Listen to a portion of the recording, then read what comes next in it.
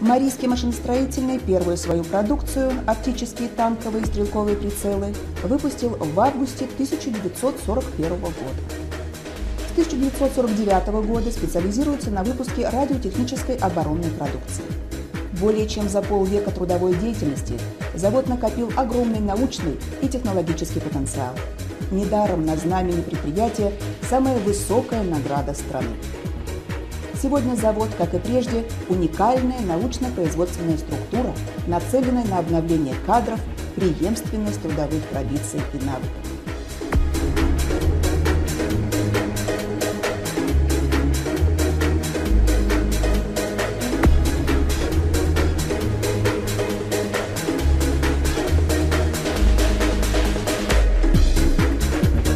Мировые стандарты организации производства позволяют предприятию приблизиться к стопроцентной оценке качества выпускаемой продукции.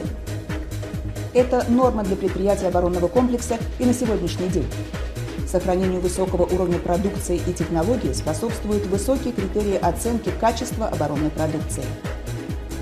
Сегодня завод владеет всеми технологиями машиностроительного и радиотехнического направления, в том числе уникальными двойными технологиями, которые используются в производстве вновь осваиваемой гражданской продукции.